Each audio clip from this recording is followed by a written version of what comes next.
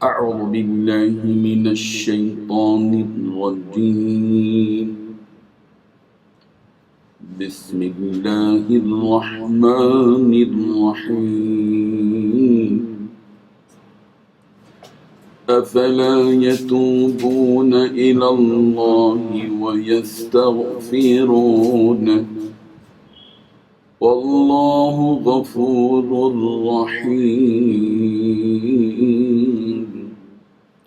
صدق الله العظيم۔ حاضرین و ناظرین، یہ درس نمبر 490 ہے، 490۔ سورہ مائدہ کی آیت نمبر 74 کی تلاوت کی گئی، 74۔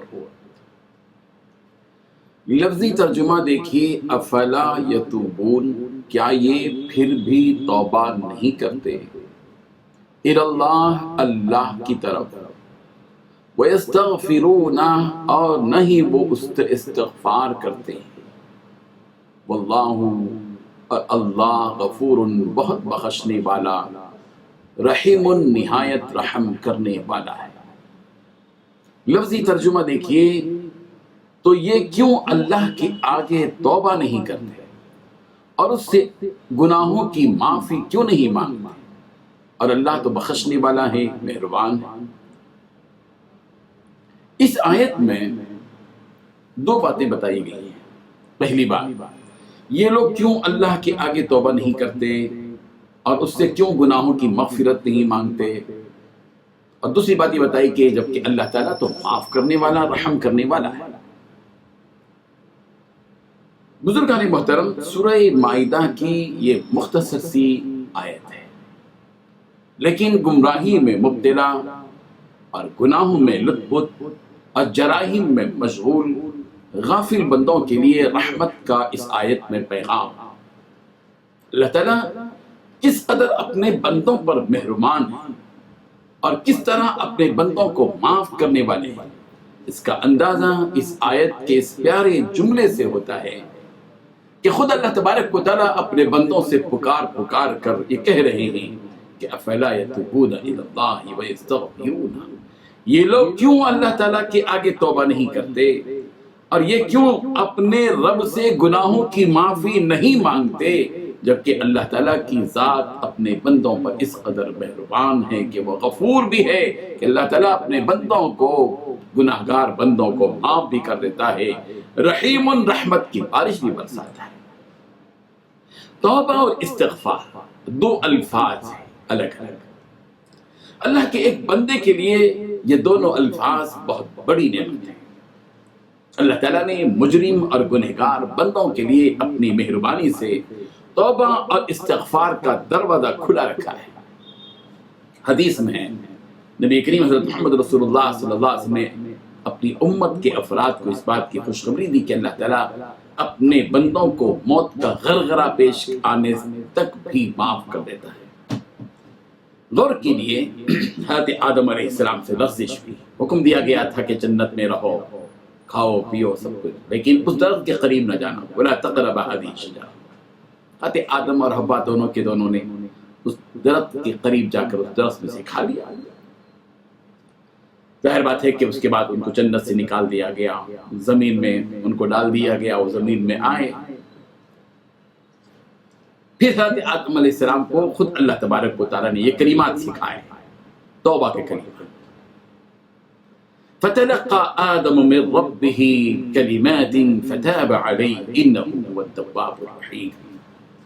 سورہ بقرہ کی آیت نمبر 37 میں یہ بات بتائی گئی کہ حضرت آدم علیہ السلام نے سیکھ لی اپنے پروردگار سے کچھ کلمات، چند باتیں سیکھ لی، اللہ تعالیٰ نے ان کی توبہ کو قبول کر لیا، بے شک وہی توبہ قبول کرنے والا، رحم کرنے والا ہے۔ حضرت موسیٰ علیہ السلام نے سرکش و ضدی قوم بنی اسرائیل سے کہا، فَتُوبُوا إِلَىٰ بَارِئِكُمْ، اے میری قوم کے لوگوں، تم اپنے پروردگار سے معافی مانگو۔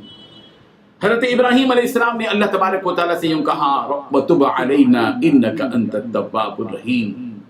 سورہ بقرہ کی آیت نمبر 128۔ حضرت ابراہیم علیہ السلام نے اللہ سے کہا، وَتُبْ عَلَيْنَا، اللہ تعالیٰ آپ ہمیں معاف کر دیجیے۔ بے شک آپ توبہ قبول کرنے والے، رحم کرنے والے ہیں۔ اللہ تعالیٰ کا دستور ہے کہ جو بندے اپنے گناہوں سے توبہ کرتے ہیں اور اپنی اصلاح کر لیتے ہیں تو اللہ تعالیٰ کا وعدہ ہے کہ اللہ تعالیٰ انہیں معاف کر دے گا۔ إِلَّا الَّذِينَ تَابُوا وَأَصْلَحُوا وَبَيَّنُوا فَأُولَئِكَ أَتُوبُ عَلَيْهِمْ وَأَنَا التَّوَّابُ الرَّحِيمُ۔ سورہ بقرہ کی آیت نمبر 160 اور سورہ بقرہ کی آیت نمبر 222 میں اللہ تبارک و تعالیٰ نے توبہ کرنے والوں کو اپنا محبوب قرار دیا کہ ان اللہ یحب التوابین ویحب المتطہرین، کہ بے شک اللہ تبارک و تعالیٰ توبہ کرنے والوں کو پسند کرتا ہے اور پاکیزہ لوگوں کو اللہ تبارک و تعالیٰ پسند کرتا ہے۔ سورہ توبہ کی آیت نمبر 3 میں یوں فرمایا گیا فَإِن تُبْتُمْ فَهُوَ خَيْرٌ لَكُمْ، بس اگر تم اب بھی توبہ کر لو تو تمہارے حق میں یہ بہتر ہے۔ سورہ توبہ کی آیت نمبر 104 میں فرمایا أَلَمْ يَعْلَمُوا أَنَّ اللَّهَ هُوَ يَقْبَلُ التَّوْبَةَ عَنْ عِبَادِهِ وَيَأْخُذُ الصَّدَقَاتِ، کیا ان کو یہ معلوم نہیں کہ اللہ ہی اپنے بندوں کی توبہ قبول کرتا ہے، وہی صدقات کو قبول کرتا ہے، اور یہ کہ اللہ تبارک و تعالیٰ توبہ قبول کرتے ہیں اور رحم کرتے ہیں۔ اس آیت میں توبے کے ساتھ استغفار کی ترغیب بھی ہے۔ افلا یتوبون الی اللہ ویستغفرون، جس آیت کی تلاوت ہم نے کی سورہ مائدہ کی آیت، اس میں اللہ تبارک و تعالیٰ نے توبہ کا لفظ بھی استعمال کیا، استغفار کا لفظ استعمال کیا۔ کیا وہ توبہ نہیں کرتے اپنے اللہ سے؟ اور کیا وہ استغفار نہیں کرتے؟ اللہ تعالیٰ نے اپنے بندوں کو استغفار یعنی اللہ تعالیٰ سے مغفرت کرنے کا حکم بھی دیا، واستغفر اللہ ان اللہ غفور رحیم، سورہ بقرہ کی آیت نمبر 199، کہ تم اللہ سے استغفار کرو، واستغفر اللہ، استغفار کرو اللہ سے، بے شک اللہ تبارک و تعالیٰ معاف کرنے والا اور رحم کرنے والا ہے۔ اللہ تعالیٰ کی شان یہ کہ وہ اپنے بندوں کو اپنے حکم سے جنت اور مغفرت کی طرف بلاتا ہے۔ سورہ بقرہ کی آیت نمبر 221 میں اللہ تعالیٰ نے یوں فرمایا واللہ یدعو الی الجنت والمغفرت باذنہ، کہ اللہ تبارک و تعالیٰ بلاتا ہے جنت کی طرف اور اپنے حکم سے مغفرت کی طرف بلاتا ہے۔ سورہ آل عمران کی آیت نمبر 15 اور 16 میں نیک بندوں کے اوصاف یہ بتلائے گئے الذین یقولون ربنا اننا آمنا فاغفر لنا ذنوبنا وقنا عذاب النار الصابرین والصادقین والقانتین والمنفقین والمستغفرین بالاسحار، جو اللہ کے نیک بندے ہوتے ہیں وہ یوں کہتے ہیں اے ہمارے پروردگار ہم ایمان لا چکے ہیں اس لیے ہمارے گناہوں کو معاف کر دیجیے اور ہمیں دوزخ کے عذاب سے بچائیے۔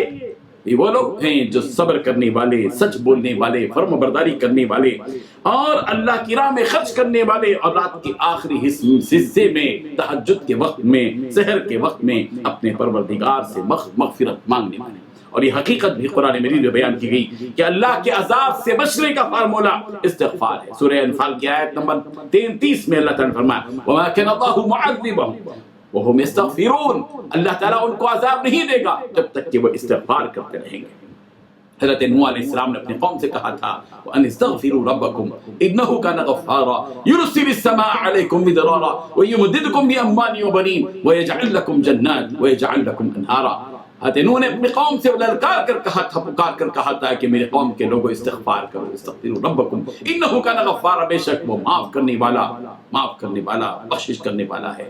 وہ اگر تم بخشش مانگو گے اپنے پروردگار سے، استغفار کرو گے، وہ تمہارے اوپر موسلادھار بارش برسائے گا اور وہ مال اور اولاد سے تمہاری مدد کرے گا، تمہارے لیے باغات تیار کرے گا، نہریں بنائے گا، تمہاری رزق کی فراوانی کے اسباب پیدا کرے گا۔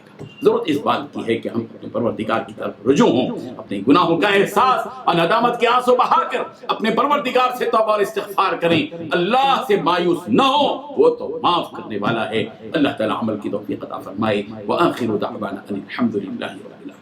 لا الہ الا اللہ۔